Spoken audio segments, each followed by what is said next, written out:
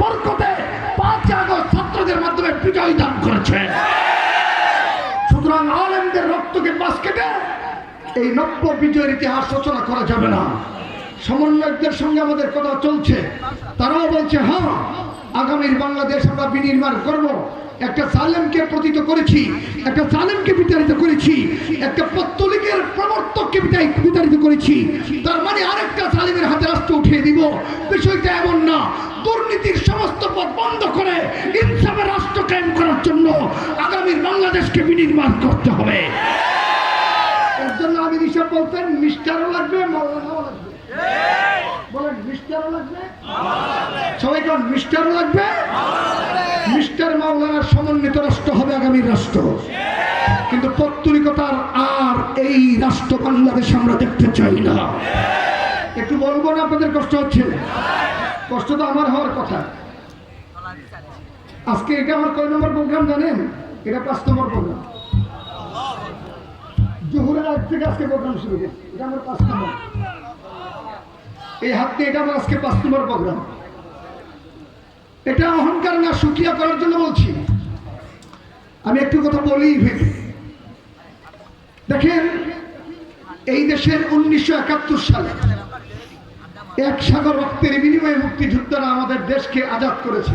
একটি স্বাধীন সার্বভৌম রাষ্ট্র আমাদেরকে উপহার দিয়েছে পাকিস্তানি হানাদারদের থেকে উদ্ধার করে, ঠিক কিনা? কথা সত্য না মিথ্যা জোরে কান? শুধু এই বিজয়ের ইতিহাস দিয়ে বাংলাদেশের ইতিহাস রচনা করলে রচনা হবে না। বাংলাদেশের প্রকৃত স্বাধীনতা অর্জন হয়েছে আজ থেকে 750 বছর পূর্বে। আর স্বাধীনতার সেদিনের মহানায়ক ছিল হযরত শাহজালাল মুজাদ্দিদ আবনী রাহমাতুল্লাহ। 71 সালে স্বাধীনতা পেয়েছি পাকিস্তানের হানাদারদের কাছ থেকে।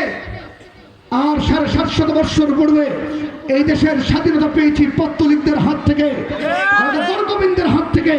সেদিন থেকে বাংলাদেশের পারতে পারতে, প্রান্তে প্রান্তে, বাংলাদেশের রন্দে রন্দে শুধু তাকবীরের জয়ধ্বনি আর জয়ধ্বনি।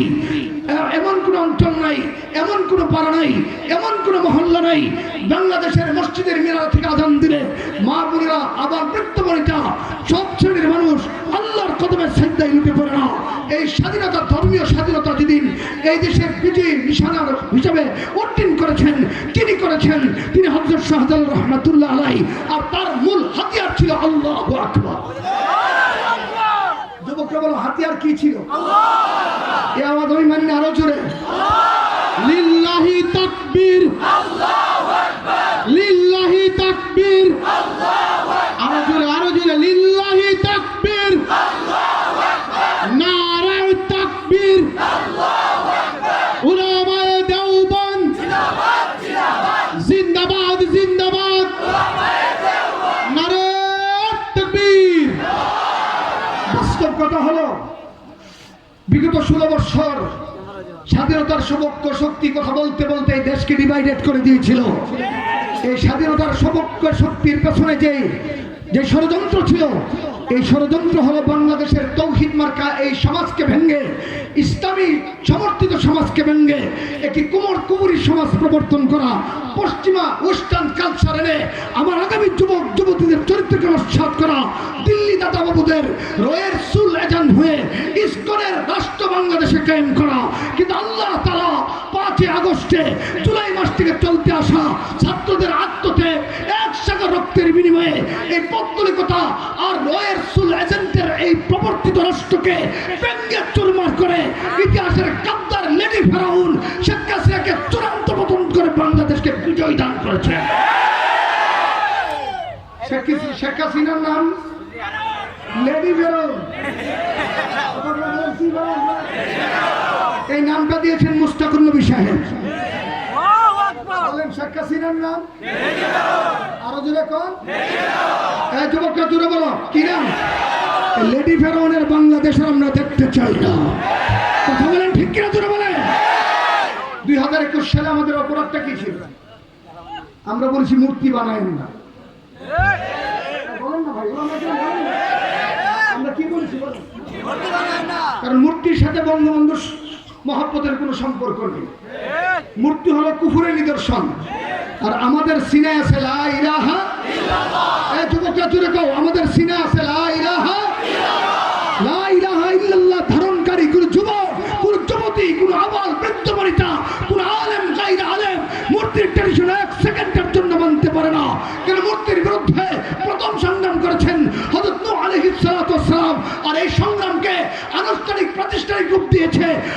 ইব্রাহিম পয়গম্বর আর এই আন্দোলনকে নিজের হাতে ভেঙে চুরমার করে ফিনিশ করেছে মুহাম্মদুর রাসূলুল্লাহ। কথা সত্য না মিথ্যা? বুখারীর হাদিস আপনারা পড়েন, আমি বলি, আপনারা ভুল হলে আমরা বলবো। ফতেহ মক্কা হলো 10,000 সাহাবীর মাধ্যমে বিনা রক্তপাতে। সুবহানাল্লাহ কোন বলেন? ইসলামের চূড়ান্ত বিজয় ফতেহ মক্কা। বলেন ইসলামের চূড়ান্ত বিজয়। এক ফোঁটা রক্ত সাহাবীদের দিতে হয়নি। ইমানের জুস দেখেই কুরাইশ মুশরিকরা পরাজিত হয়ে গেছে। সুবহানাল্লাহ কি জোরে বলবেন না? এই যুবক তোমাকে বলি, তুমি তাকাও ফিলিস্তিনের দিকে। ফিলিস্তিনের এমন কোন অস্ত্র নাই যা নাই তাদের। আমেরিকা তাদেরকে অস্ত্র দিচ্ছে, সরি ইসরায়েল হলো শো। ইসরায়েলের পেছনে হলো ইউরোপ আর আমেরিকা। পৃথিবীর মুরুলরা তাকে সিকিউর করছে। কিন্তু ফিলিস্তিনের যুবক ইসরায়েলের তুলনায় তাদের হাতিয়ার হচ্ছে নগণ্য, মানে মশা আর কামানের মতো। কিন্তু এরপরে ওই ফিলিস্তিনের যুবকদের এক একজন যুবকের তাদের সামনে তাদের বোমবাদি, তাদের ট্যাঙ্কের গুলো হেরে যাচ্ছে। আগামী ইনশাআল্লাহ শুনবেন কয়েকদিনের মধ্যে ইসরায়েল পরাজিত হবে, পৃথিবীর মানচিত্র থেকে হারিয়ে যাবে। নারে তাকবীর, আল্লাহু আকবার, নারে তাকবীর, আল্লাহু আকবার। ফিলিস্তিন ফিলিস্তিন জিন্দাবাদ জিন্দাবাদ, সাবিলুনা সাবিলুনা, আল জিহাদ আল জিহাদ, আল জিহাদ আল জিহাদ, সাবিলুনা সাবিলুনা। বীর খালেদের তলোয়ার গর্জে উঠুক আরেকবার, নারে তাকবীর, আল্লাহু আকবার, লিল্লাহি তাকবীর, আল্লাহু আকবার। পরিষ্কার বলি, এই যুবক তোমাকে বলি, তোমার মতো যুবকের রক্ত দিয়া দিন ইসলামের গাছ নামক বৃক্ষ দিন্দা হয়েছে। তুমি মুহাম্মদুর রাসূলুল্লাহর আদর্শের সৈনিক।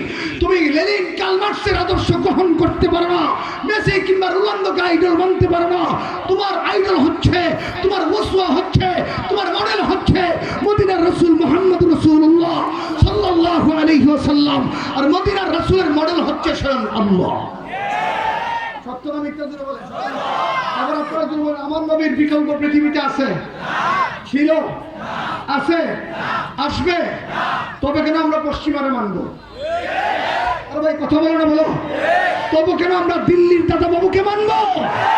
আমাদের আদর্শ জায়গা তো মদিনা, আমাদের মহব্বতের জায়গা তো মদিনা, আমাদের মানার জায়গা তো মদিনা, আমাদের প্রেমের জায়গা মদিনা। মদিনার জন্য হাসতে হাসতে জীবন দিতে প্রস্তুত থাকতে হয়।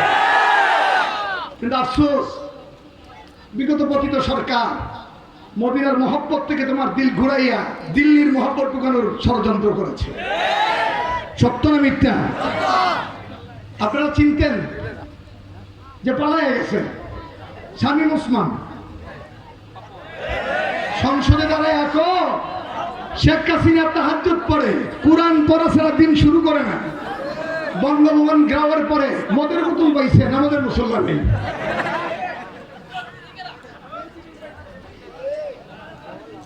এগুলো ছিল ভাউতাবাজি। শোনেন, আমার দিকে তাকান, আমার দিকে তাকান। সাধারণ আওয়ামী লীগ ভাই, তোমরা ভালো করে বুঝো কোন দলের সমর্থক তোমরা ছিল। যেই দলের নেত্রী এই দেশে মূর্তির ট্র্যাডিশন কায়েম করেছিল, বঙ্গবন্ধুর মূর্তিতে দেশ ভরে দিয়েছিল। পরিবর্তন এসেছে, কে দিয়েছেন জোরে কোন? একটু জোরে বলেন না, পরিবর্তনটা কে দিয়েছেন? এই পরিবর্তন রক্ত দিয়ে ধরে রাখতে হবে। আমরা আলেমদের কথা 2021 সালে শুনলে বঙ্গবন্ধুর মূর্তি ভাঙ্গার দৃশ্য দেখতে হতো না। আপনারা একটা দৃশ্য দেখছেন কিনা? আমি তখন সৌদি আরব, আমি আরবে, মেবি রিয়াদে আমার একটা প্রোগ্রাম ছিল। এক ছেলে আমাকে মোবাইল দেখাচ্ছে যে বঙ্গবন্ধুর একটা মুরাল ভাঙবে, ছোট্ট 8 বছরের একটা ছেলে, আমি শিশু করাম। মামুন সাহেব, জুনাইদ আল হাবিব সাহেব, আমাদের কি অপরাধটা ছিল? কি অন্যায়টা আমরা করেছিলাম? কেন আমাদেরকে আমাদের পরিবার থেকে বিচ্ছিন্ন করা হয়েছিল? কেন রিমান্ডের পর রিমান্ডে আমাদের উপর অত্যাচার করা হয়েছিল? আমরা ইব্রাহিমী সুন্নাত কায়েম করতে চেয়েছিলাম। কথা বলেন ঠিক কিনা জোরে বলেন? সেদিন আমাদের কথা শুনলে আজকে বঙ্গবন্ধুর মূর্তির এই ভয়াল দৃশ্য বাংলাদেশের মানুষ দেখতে হতো না। কথা বলেন ঠিক কিনা জোরে বলেন? গতকাল বিএনপির এক এমপি প্রার্থীর সামনে আমি ময়মনসিংহে বলেছি, যে শেখ মুজিবের মূর্তির বিরুদ্ধে শুধু আমরা না, আপনারা যদি আবার মুজিবের জিয়াউর রহমান নামের মূর্তি বানান, ওটার বিরুদ্ধে আমরা কথা বলবো। আমরা ওভারঅল মূর্তির বিরুদ্ধে। কেন? আমাদের সিনে আছে লা ইলাহা ইল্লাল্লাহ, সবাই বলেন না লা ইলাহা ইল্লাল্লাহ। আর লা ইলাহা ইল্লাল্লাহ ধারণকারীরা এক সেকেন্ডের জন্য মূর্তি মানতে পারে না। মুহতারাম হাজিরিন, এই হৃদয়ের ব্যথার কথা বললে রাত হয়ে যাবে। হারানো দিনের ইতিহাস যদি ফিরে আসে, আপনারা জানেন রফিকুল ইসলাম মাদানী বলছেন যে তারে উলঙ্গ করা হয়েছে। ছোট্ট একটা মানুষ, হাতে সিগারেট ধরাই দিছে, পাশে উলঙ্গ মেয়ে ধরাই দিছে। মানে আলেমদের চরিত্র নিয়ে কিভাবে টানা হেঁচড়া করা হয়েছিল, কিভাবে আল্লামা মামুনুল হকের মতো শাইখুল হাদিস ইবনে শাইখুল হাদিসকে রিসুক নাটক সাজালো। কোথায় হারুন? কোথায় তোর ভাতের ঘর? আপনারা শুনছেন নি আমাদের ব্রাহ্মণবাড়ির মুফতি সাহেব গ্রেফতার হয়েছে? মুক্তি মুক্তি সাজিদ সাহেবের নামে থুতু দিতেন, সাজিদদা পেতেন, সাজিদদা। শুরুতে আমি কোরআন পড়ছি, আমি আলেম, আমি জমাতুল উলামাস। কোরআন শরীফের কোথাও বুরকা পাই নাই। আমি এক জবাবে বলেছিলাম যে সারা রাত যে মাগি নিয়ে থাকে সে কোরআনে বুরকা পাবে কোত্থেকে? কথা বুঝলেন নাই? মাগি বাদি তাদের মূল প্রবেশন।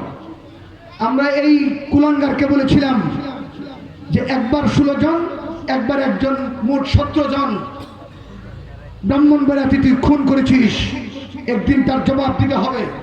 আজকে সারা বাংলাদেশে আওয়াজ উঠেছে হাফেজে কোরআনদের হত্যার বিনিময়ে তাকে ফাঁসির কাষ্ঠে ঝুলাতে হবে। তার মতো কোরআনদের যেন আর বাহিরে আসতে না পারে, এমন কোরআনদের নেতা আমরা দেখতে চাই না। কথা বলেন ঠিক কিনা? জোরে বলেন। আইনের ভাগ পুকুরে যদি তাদেরকে বের করে দেওয়ার চক্রান্ত করা হয়, তাহলে এদেশের উলামা ইকরাম আবার আন্দোলন করতে বাধ্য হবে। কথা বলেন ঠিক কিনা? কোথায় গেল কাদের কাকু? ফখরুল সাহেব,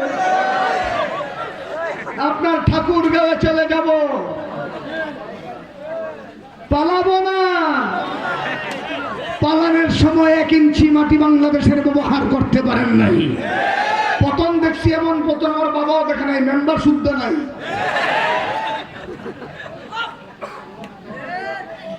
সপ্তাহ মিথ্যা ধরে গান। এটা রাজনীতির 16 বছর অপমৃত্যুর এই শাস্তি। আমি সৌদি আরব একজন ভিডিও দেখে আপনাদের আখর নেতা ওই পানিতে সাঁতরাইতেছে, নাম দানো নাই কইলাম।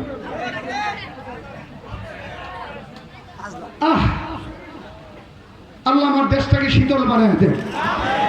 একটা পরিসংখ্যান দিয়ে শুনেন, শুধু মূর্তির নামে 12,000 কোটি টাকার চাইতে বেশি খরচ করা হয়েছে। আর এই 14-15 বছরে বাংলাদেশ থেকে টাকা পাচার করা হয়েছে 93,000 কোটি টাকা। বুঝছেন? এরপরে দেশপ্রেমিক এই যে মডেল মসজিদ, আমাদের ডক্টর আফমা খালেদ হোসেন সাহেব বলছেন যে মডেল মসজিদের জন্য সৌদি আরব, এটা কিন্তু বাংলাদেশ গভর্নমেন্টের কাজ না, এটা আরবের কাজ। এই মসজিদের নির্মাতা কারা? বলেন না কে? টাকা দিছে বিশ্বাস করে তাহাজ্জুদ পড়নেও লাগে। ও 3 ভাগের 2 ভাগ খাইছে আর 1 ভাগ কাজ করছে। মসজিদের টাকাও যে রূপ ছাড়া নাই, এমন তাহাজ্জুদ পড়নেওয়ালা আমরা আর দেখতে চাই না। যুবকরা কথা বলো ঠিক কিনা? আওয়াজ করো। মুহতারাম হাজিরিন, আমি আপনাদের সামনে সূরা ইউনূস থেকে আয়াতে কারিমা তেলাওয়াত করেছি। খুবই সংক্ষিপ্ত পরিসরে, আমি খুবই ক্লান্ত, আপনারা বুঝেন, দেখতেছেন। কিছু কথা বলি, ইনশাআল্লাহ উলামা ইকরামের উপর ফ্লোর ছেড়ে আমি চলে যাব। আগামীকাল আমার ব্যান্ডেজ খুলবে, বান কাটবে ইনশাআল্লাহ। দেখুন, আল্লাহ তাআলা আমাদের নবীকে যে সমস্ত গুণাবলী দান করেছেন, এর মধ্যে শ্রেষ্ঠ একটি গুণ হচ্ছে আমার নবীর পর আর নবী নাই। বলেন, আমার নবীর পর আর নবী নাই। এখানে আমরা একটা ভুল কথা বলি যে আমাদের নবীর পরে নবী আসবে না, না, কথাটা মিথ্যা। আসবে না বললে বোঝা যায় আছে, আসবে না। কিন্তু চূড়ান্ত কথা, নবীর পরে নবী নাই। বলেন, আরে ভাই কথা বলেন না, বলেন। আমাদের নবীর পরে নবী নাই দেখেই এই আলেমদের এত মর্যাদা। সুবহানাল্লাহ, একটু জোরে বলবেন না? আলেমদের মর্যাদা এত কেন? আমাদের নবীর পরে নবী নাই এই জন্য। যদি নবীর পরে নবী আসতেন, দেখেন হযরত আদম থেকে ঈসা রূহুল্লাহ পর্যন্ত পৃথিবীর কোন নবীর উম্মতের মধ্যে সিদ্দিক আকবরের মতো আলেম নাই, সাইয়েদনা ওমরের মতো সাহাবী নাই, উসমানের মতো জিন্নুরাইন নাই, আলীর মতো আসাদুল্লাহিল গালিব নাই, খাজা আব্দুল কাদের জিলানী নাই, খাজা মঈনুদ্দিন চিশতি নাই, ফখরে বাঙ্গাল নাই, বড় হুজুর নাই, মুফতি আমিনী নাই, আল্লাহ মাহমুদ শফি নাই, জুনাইদ বাবনগরী নাই, সাইয়েদ আহমদ শহীদ বেল্লভী নাই, শাহ ইসমাইল শহীদ নাই, আব্দুল আজিজ মুহাদ্দিস দেহলভী নাই, এমদাদুল্লাহ মাহাদের মক্কি নাই, রশিদ আহমদ গঙ্গুহি নাই, কাসেম নানতুবি নাই, হযরত মাহমুদুল হাসান দেওবন্দির মতো এত শানদার উম্মত নাই। কেন নাই? সমস্ত নবীর পর নবীর আশার ধারাবাহিকতা ছিল। আমার নবীর উম্মতের মধ্যে কেউ সিদ্দিক আকবর হবে, কেউ উমর হবে, কেউ সাইয়েদনা উসমান হবে, কেউ আলী হবে, কেউ কেউ কেউ আব্দুর রহমান ইবনে আওফ হবে, কেউ হানজালা হবে, কেউ সুমাইয়া হবে, কেউ ইয়াসার হবে, এমনি ভাবে কেউ বড় বড় তাবি হবে, তাবি হবে। কিয়ামত পর্যন্ত নবুয়তের এই মোহর, নবুয়তের ইলমের নূর বক্ষণ করে নেওয়ালা আলেমরা হবে। তাদের মধ্য থেকে কেউ কেউ বড় বড় মুহতামিম হবে, বড় বড় মুহাদ্দিস হবে। এটা হলো আমার নবীর খতমে নবুয়তের শান।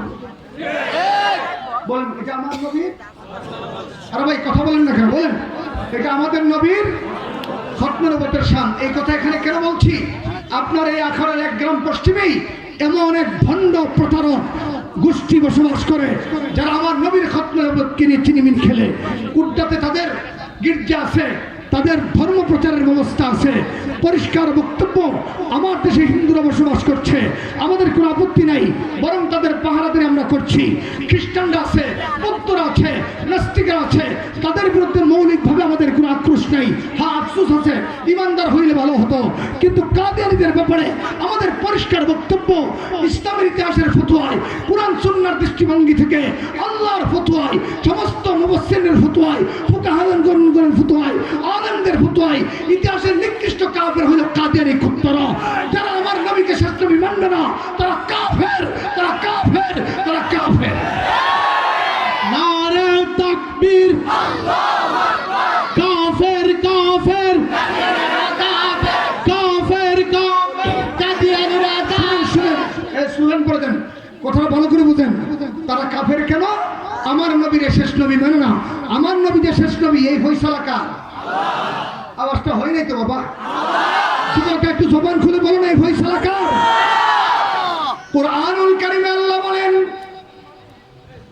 মা কানা মুহাম্মাদুন আবা আহাদিম মির রিজালিকুম ওয়ালাকিন রাসূলুল্লাহ ওয়ালাকিন রাসূলুল্লাহি ওয়া খাতামান নাবিয়্যিন। আল্লাহ পরিষ্কার বলেছেন, ওয়া খাতামান নাবিয়্যিন। আমার নবী নবুয়তের চূড়ান্ত বর্ডার হচ্ছে, আমার নবীর পরে আর নবী নাই। বলেন আমাদের নবীর পরে এই ফয়সালা কার? একটি কথা মানেন, রাষ্ট্র মানলেও নবী শেষ নবী, না মানলেও বলেন না, সবাই বলেন না। রাষ্ট্র মানলেও শেষ নবী, না মানলেও, আন্তর্জাতিক মহল মানলেও আমার নবী শেষ নবী, না মানলেও শেষ নবী। কিন্তু তাদেরকে রাষ্ট্রীয়ভাবে কাফের ঘোষণা করানোর আমাদের এত টাকা থাকে না, কোন কাফের মুসলমান হয়ে বসবাস করতে পারবে না। আর ভাই কথা বলেন না কেন? কাফের থাকবে কাফের হয়ে, বলেন কাফের থাকবে কাফের হয়ে। এটা ইনসাফের কথা কিনা জোরে বলেন। আর ভাই কথা বলেন না কেন? হ্যাঁ, আজকে ইউনুস সরকার তার পার্লামেন্ট নিয়ে, তার পরিষদ নিয়ে কালকে ঘোষণা করা হোক যে কাদিয়ানীরা সাম্প্রদায়িক, তারা মুসলমান নয়, তারা কাফের। খোদার কসম আর একটা কথাও বলবো না। কিন্তু যতদিন বাংলাদেশের 56,000 বর্গমাইল এরিয়ার ভিতরে কাদিয়ানী নিকৃষ্ট কাফেরদের নাম মুসলমানের খাতায় থাকবে, ততদিন আমাদের রক্ত দেওয়া চলতেই থাকবে, আমাদের সংগ্রাম চলতেই থাকবে। এই যুবক তোমাকে বলছি, আমার নবীর খতমে নবুয়তের জন্য, ইজ্জতের জন্য যদি বুকের রক্ত দিতে হয়, কারা কারা দিতে প্রস্তুত? হাত তুলে আল্লাহকে দেখাও।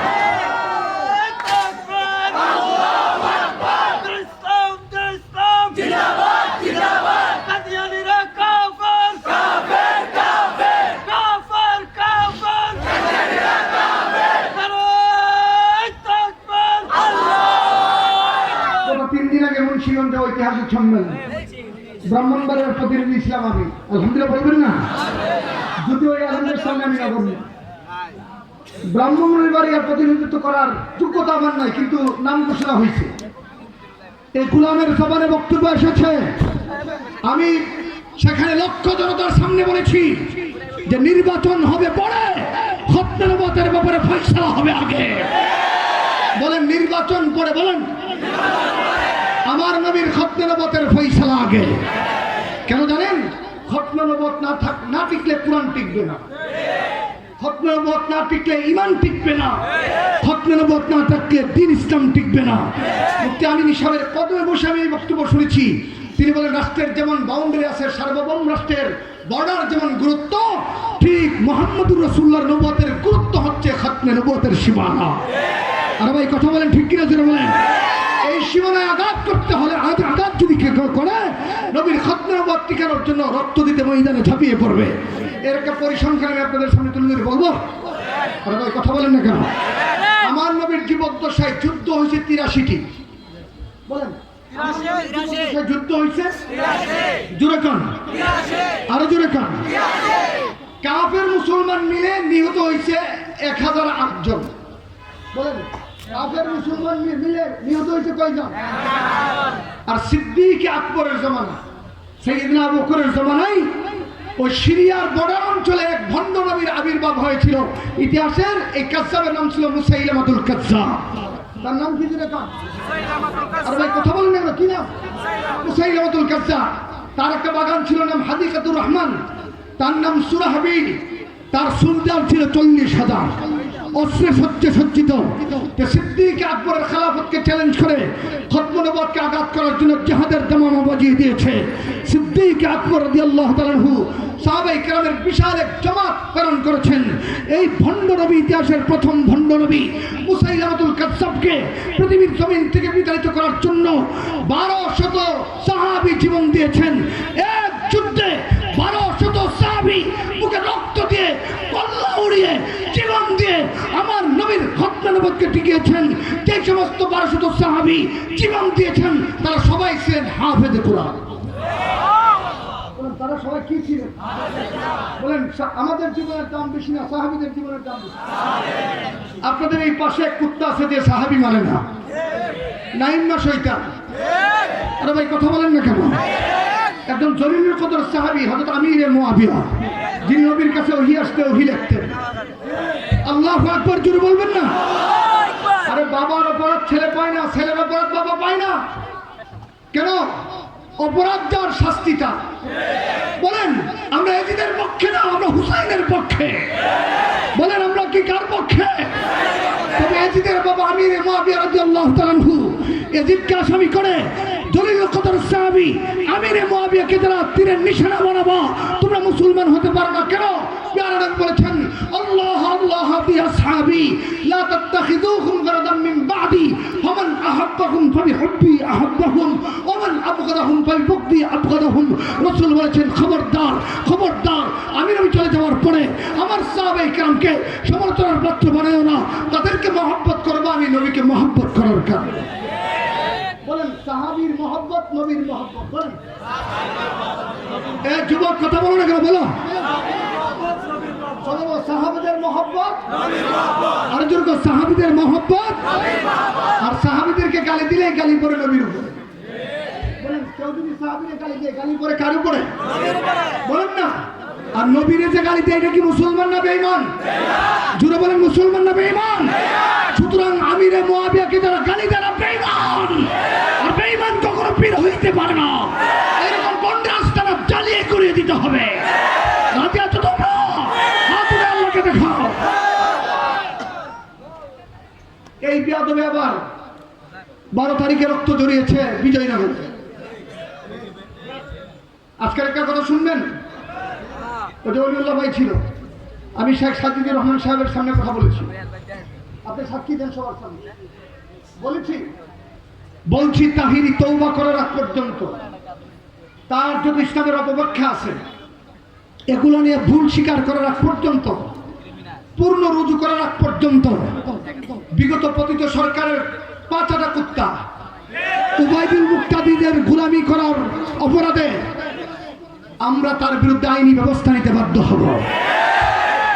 তখন হুজুর বলছে ব্রাহ্মণবাড়িয়াতে আইন করা হয়েছে তাহিরির ওয়াজ চলবে না। তাহিরি যেখানে স্যান্ডেল সেখানে। এই যুবকরা কও, আরে ভাই বলো না, বলো বলো বলো, তাহিরি যেখানে ভন্ডের স্থান ব্রাহ্মণবাড়িয়াতে চলতে দেওয়া হবে না। এই বছর আপনারা একটু মায়া করছেন, আগামী বছর আখড়াবাসী মায়া করলে চলবে না। আমি উসমানী মাত্র 15 জন নিয়ে 15,000 পিটাইছি। আমার এই ভাইটা ছিল সাথে, আমরা মাত্র 15 জন সৈদাবাদ থেকে মিছিল আপনি দাঁড়িয়ে গেছি, অতর্কিত হামলা আমাদের উপরে। এরপরে এমন বানান বানাইছি আগামী 200 বছর এই সিন্নি আর ভুলবে না। এরপরে কসবা যাইতে না পাইরা খাদ্যা স্টেশনে দাঁড়ায় এখন জঙ্গি নেতা উসমানীকে গ্রেফতার করতে 24 ঘন্টার ভিতরে। এই জঙ্গিটা হলো পশ্চিমা দাদা বাবুদের শিখা। এই বুলি আর বাংলাদেশে চলবে না। কদিন দেখছেননি ওয়াজ কইরা রাতের বেলা পোলা বললে রাস্তায় যা, এরপর স্লোগান দে তুমি কে আমি কে, সুন্নি সুন্নি। এই স্লোগানটা নকল করছে আপনার সমন্বয়কদের কাছ থেকে। আমি বলি তাহিরির মতো ভণ্ডদের জবানে সুন্নি শব্দটা মানাই না, বেদাতি শব্দটা মানা। ওরা কারা বেদাতি বলেন, ওরা কারা? আমরা কারা সুন্নি বলেন, আমরা কারা? ওরা কারা? বেদাতি কখনো সুন্নি হতে পারে না। কেন জানেন? তাদের মডেল হচ্ছে পাকিস্তান আর আমাদের মডেল হচ্ছে মুহাম্মদুর রাসূলুল্লাহ। একটু বলবো না, কষ্ট হচ্ছে? আর ওই যুবকটার কথা কেন বলবো? এদের মডেল পাকিস্তান কেমনে? এই মিছিল যে করে, এই মিছিলের প্রবর্তকের নাম হচ্ছে তৈয়ব শাহ। কি নাম ধরে কথা বলো না যুবকরা, কি শাহ? চিরিকুট অফ পাকিস্তান। ওই যে আমার আগে বয়ান করে গেছে, উনি যে দেশের ওই দেশের, যে দেশের নাম শুনলে সাক্ষাৎ নষ্ট হয়ে যেত। আমি না এই বললাম তো, তার ছেলের নাম ছিল তাহের শাহ। তো তাহের শাহ সুদান ছিল বেলায়েতের শাহেনশাহ খাজা বাবা তাহের শাহ। ওই যে তাহের থেকে তাহিরি, কথা যে তাহের শাহ থেকে, কথাটা বুঝতেছেন? তার আব্বার নাম কিন্তু তাহিরি না, এ পাকিস্তান থেকেই আমদানি করছে। তো এদের চেয়ে বড় এলাকার কেউ আছে? দেখেন বড় মজার কথা, এই বছর তাহের শাহ আসতে পারে নাই বয়োজ্যেষ্ঠতার কারণে, বার্ধক্যতার কারণে। এসছে তার পোলা, তার পোলার নাম দেওয়া হয়েছে সৈয়দ, মানে নবীর বংশধর। মিছিলের আগের দিন রাতে চিটাগং এক হাই কোয়ালিটি বাসার মধ্যে ডিনার করতেছে, ওরে খাওয়াচ্ছে শাহিদারি করে মহিলারা, বেপরদা নারীরা। এবার ওলামায়ে কেরাম ফতোয়া দেন যে আউলাদের রাসূল নামক শয়তানদের বেপরদা নারীরা শাহিদারি করে খাওয়া, এটা আউলাদের রাসূল হইল আবুল আহাব মার্কা আউলাদের রাসূল। কথা বলেন ঠিক কিনা যেরকম? এই মিছিলটার বয়স হলো 51 বছর। কিভাবে? এই বছরের আগের বছর তারা 50 বছর পূর্তি উপলক্ষে র্যালি করছে। তাহলে 50-এর পরে 1 বছর, কত বছর হলো? এবার আপনারা বলেন মার্জিত সমাজ, আমার নবী পৃথিবীতে এসেছে 51 বছর, বলেন না কত বছর? না, 1450 বছর তো হিজরতের বয়স। এর আগে তো নবীর 40 বছর আছে, তার মানে 1500 বছর। বলেন কত বছর? 1500 বছর থেকে 51 বাদ গেলে থাকে কত? না, 1449। তার মানে তাদের ফতুয়া 1449 বছর যাবত পৃথিবীতে কোনো মুসলমান ছিল না, এটা আটকা মুসলমান। আমি বলি হ্যাঁ, তোদের কথা আংশিক সত্য। কি? যে 1449 বছর যাবৎ পৃথিবীতে পাকিস্তান মার্কা মুসলমান ছিল না, মদিনা মার্কা মুসলমান ছিল। কথা বলেন ঠিক কিনা জোরে বলেন। এবার কথা বুঝেন, এই যে ঈদগাহের একটা বাউন্ডারি আছে, এই যে আখড়ার একটা পরিসীমা আছে, ইসলামী যুগের একটা পরিসীমা আছে। যুবক তোমাকে বলছি, তুমি ভালো করে শোনো। হুজুরার থেকে তো আমি সবক নেব, ওনারা আমার উস্তাদ তুল্য। তোমরা আমার কথা শোনো। তোমাদের সাথে আমার ভালোবাসা অপ্রতুল, আল্লাহর জাতের কসম। আমি হসপিটালে বেডে শুয়ে আখড়ার প্রত্যেকটা মানুষকে আমি মিস করি। কেন? আমি আমার জন্মভূমির পরে কোন থানাকে যদি মহব্বত করি, এই থানা হচ্ছে আখড়া। আখড়ার যুবকদের মধ্যে এত চেতনা দেখেছি। তোমরা যদি জেগে উঠতে পারো, তাকবীরের জয়ধ্বনির মাধ্যমে এই দেশে কোনো বন্ড প্রবেশ করতে পারবে না। রাজি আছো তোমরা? ইনশাআল্লাহ তোমাদের সাথে আমার এই মহব্বত হচ্ছে ইমানি মহব্বত। বলো কিসের মহব্বত? আরো জোরে কিসের মহব্বত? বলেন হাদিসটা সহিহ না গলত আপনারা বলবেন। রাসূল বলেছেন খায়রুল কুরুনি কারনি সুম্মাল্লাযীনা ইয়ালুনহুম, বলেন সুম্মাল্লাযীনা ইয়ালুনহুম। রাসূল বলেছেন সবচেয়ে উত্তম জামানা আমার জামানা, এরপরের জামানা, এরপরের জামানা। হুজুর আন্নিরা বলে কারনি বলেছেন, কফ সিদ্দিক আকবর থেকে, র হযরত ওমর থেকে, নুন হযরত উসমান থেকে, ইয়া হযরত আলী থেকে। ইসলামের খলিফা চারজন। রাসূল বুঝাতে চাইলেন চার খলিফার যুগ আর আমির নবীর যুগ এক যুগ। বলেন চার খলিফার যুগ নবীর যুগ, আর সবাই বলেন চার খলিফার যুগ নবীর যুগ। অপর হাদিসে রাসূল বলেন আলাইকুম বিসুন্নতি ওয়া সুন্নাতিল খুলাফাইর রাশিদিন আল মাহদিয়িন। ও উম্মতেরা, আমি নবীর সুন্নাত তোমরা যেমনি মানবা, আমার খুলাফায়ে রাশিদিনের সুন্নাত তেমনি মানবা। খলিফা চারজন। বলো বাবা, এই যুবক কাকো খলিফা চারজন। আরে খলিফা মানে কাপড় ছিল ওই খলিফা না, ইসলামের খেলাফতের যুগের খলিফা। বলেন তারা কয়জন?